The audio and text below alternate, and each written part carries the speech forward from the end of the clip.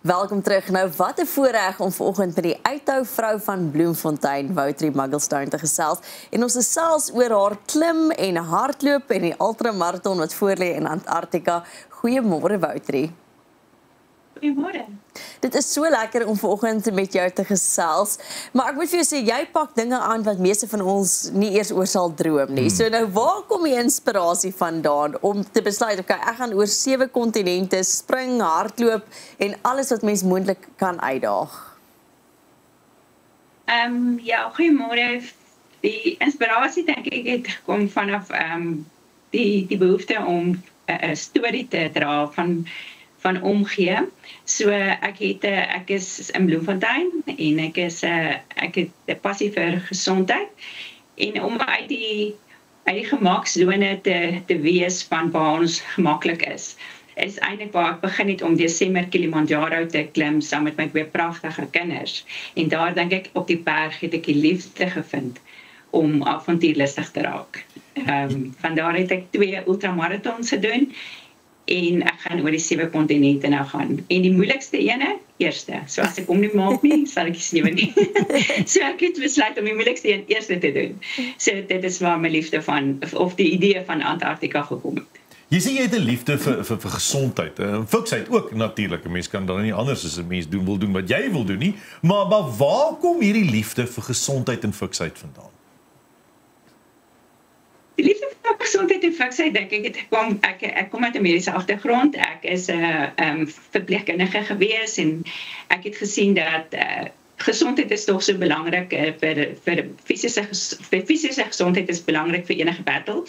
Ek myself het in die lewe al gesondheidsstrewelinge moes oorkom. Ja, ek sien daar wys julle nou waar ek hardloop, soos julle kan sien ek hardloop tans by die kankerorganisasie. Oktober is kankermaand.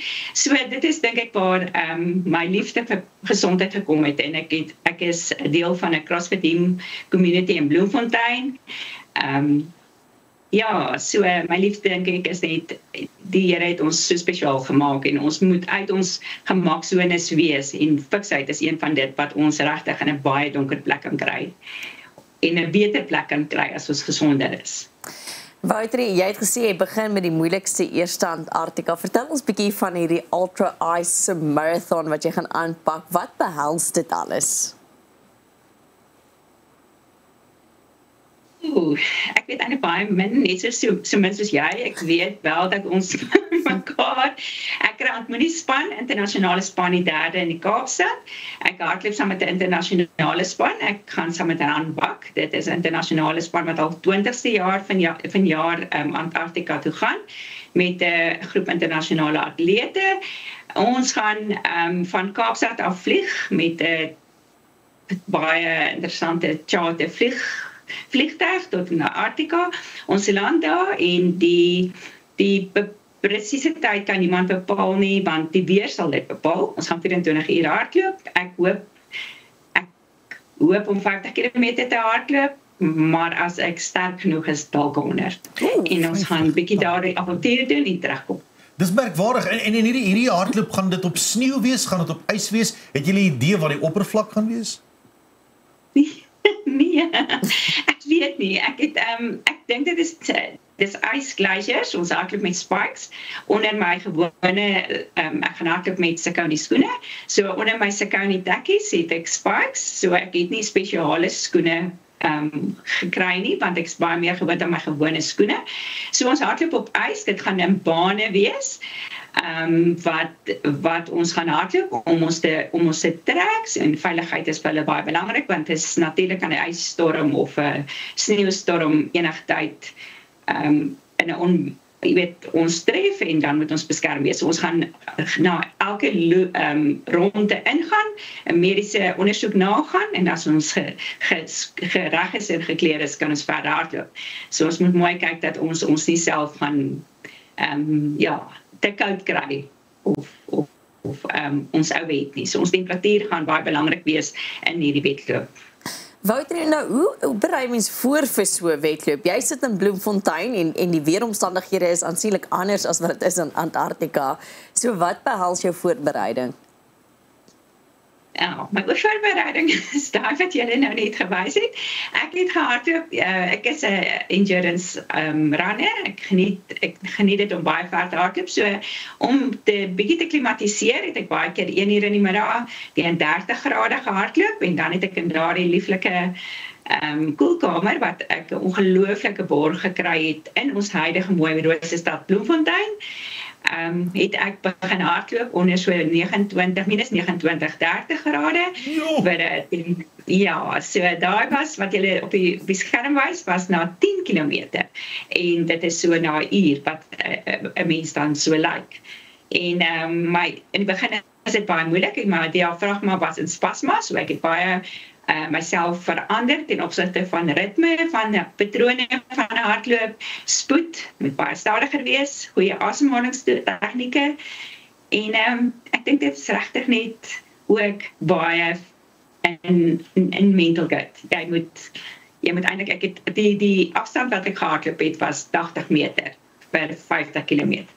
So, Woutrie, ons het nie baie tyd oor die, maar ek moet tog vir jou vra. Jy sê dis 'n mental game. Jy verwys na die feit dat hardloop is eintlik oor wat in jou binnekant aangaan. Die Engels sê mind over matter, ons sê dalk is iets anders. Maar jy glo vas in tweede kansse ook. Dis ook vir jou 'n groot ding. Daar's soveel meer betekenis in die rede hoekom jy hardloop. Wat is dit? Ja, Grand Hope Wins. Ek glo dit is vir borskanker maand en vir elke vrou.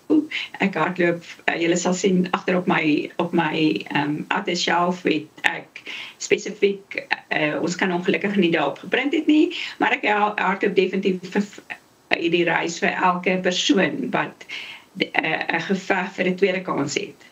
Myself het die geleentheid en ek is baie bevoorreg om te kan in remissie wees en gesond te kan wees om 'n tweede kans te hê om te kan hardloop. En vir elke persoon, ek hardloop vir Annika by julle weer. Ek het gesien dat sy het ook, sit ons se pappa. Ek weet sy gaan ook kyk en ek weet sy's mal oor weer. So vir almal wat ek ken, ons het in my eie kantoor ook 'n kollega wat gister klaar gemaak het met haar behandeling. So ek glo in tweede kans en ek glo dat daar hoop is. En so ek hardloop vir almal sommer wat net in 'n oomblik is van 'n hopelose oomblik. Ek hardloop met hoop vir julle en vir myself. Sure. Woutrie, dankie dat jou storie 'n storie van hoop is en dat jy ons almal inspireer. Ons bid dat dit absoluut fantasties sal gaan in Antarktika. Dankie vir jou gesindheid ook, jou positiewe gesindheid. Wat 'n voorreg om volgende met jou te gesels. Ons hou jou dop en wil graag weet hoe dit gegaan het in Antarktika. Ons soek sommer baie foto's en dankie vir jou tyd volgende. Baie dankie en baie dankie vir die voorreg om saam met julle te kuier volgende. Ek waardeer dit en dankie dat julle vir my sal bid en ek is trots om te sê ek gaan as 'n Suid-Afrikaanse vrou. Ag, kyk, hier word ons almal sommer geïnspireer op 'n Woensdagoggend. So lekker om volgende met Woutrie te gesels. By die Radio Oos, ons is nou weer terug.